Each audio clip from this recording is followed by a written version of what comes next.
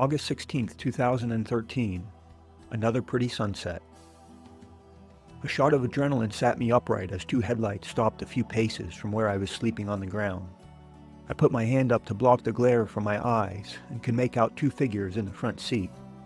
A large man climbed out of the driver's side door and came to me where I remained seated on the ground next to my bike. With the lights in my eyes, I could only see his silhouette.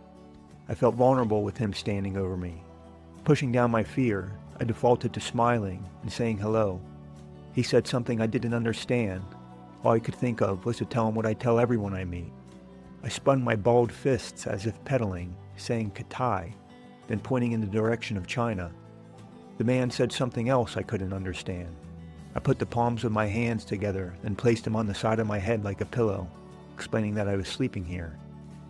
He looked at my bike, pointed at my trailer, squeezed the tires. Exactly the same interaction I have with everyone I meet out here. With a wave, he invited me to join him at his truck. He wanted to drink vodka with me, but I declined. I was still sitting in the headlights and mostly wanted him to leave. He kept the vodka in the truck and said goodbye before driving away. In the late morning, I followed the road along a dry riverbed into a serpentine canyon rimmed by low black walls. There, I discovered a dozen short desert poplars growing in the sandy soil. One stood out as the largest and farthest upstream, the mother of them all. The trunk was a meter in diameter, and the branches were hard and scraggly. To grow so large in this harsh environment would take many hundreds of years. I stopped for a moment to rest in her ancient shadow. A dozen miles farther, and I found myself on a large plain with herds of camels walking across the land. I've never been around camels, especially in their natural habitat. I found them unsettling. They were larger than a horse and had long, dexterous necks like an arm with a head. The humps were strange too, more flaccid and wobbly than I expected, like molded jello. With every step, the camels kicked out their heels to the side, and when they trotted, they rocked back and forth with an odd gait, moving both their legs on the right and both on the left. The tracks in the sand showed they had two wide, flat toes to keep from sinking in.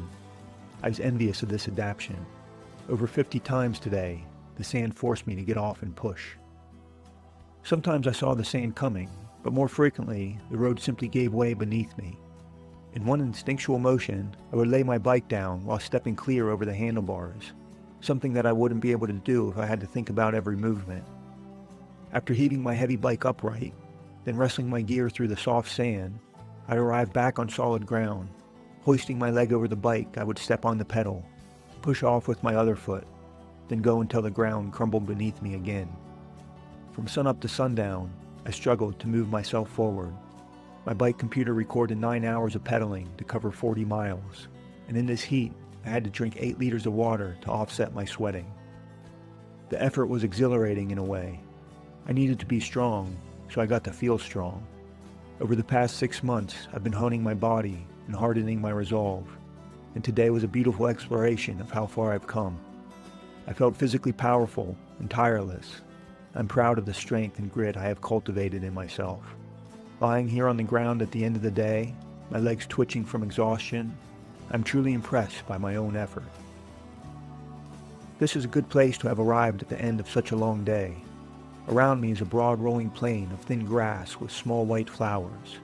Venus is drifting on the receding orange tide of a magnificent sunset, and the gibbous moon has been captured by a white halo.